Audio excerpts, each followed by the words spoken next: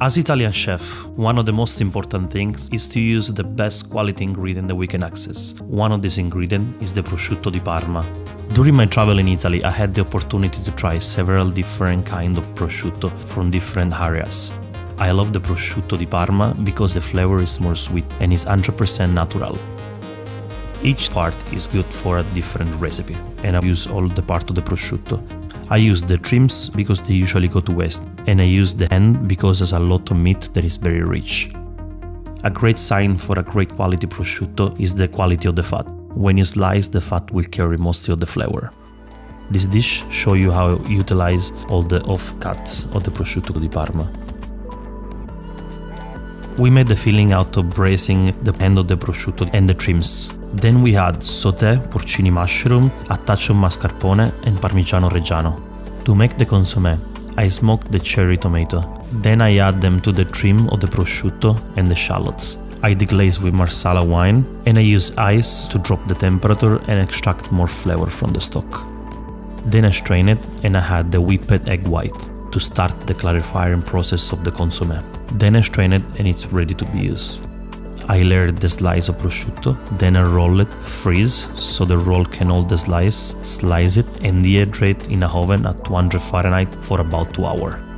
This is cappellacci pasta filled with prosciutto crudo trims and the prosciutto end, with thyme bread, the chips of prosciutto, a little bit of arugula. Then I finish with smoked tomato and prosciutto crudo consommé. With the skin, I rend out the fat and I will use it to make a foam. After I render the fat, I boil the skin in salted water for about 2.5 hours. Then I puff it in hot oil at 360 Fahrenheit. And then I made pearls out of prickly pear juice.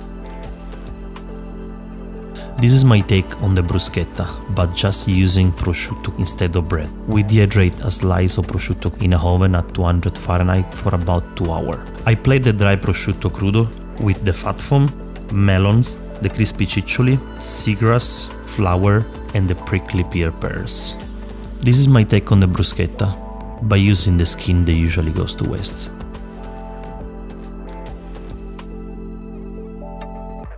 This is my classic approach on pizza with hand-carved prosciutto di Parma.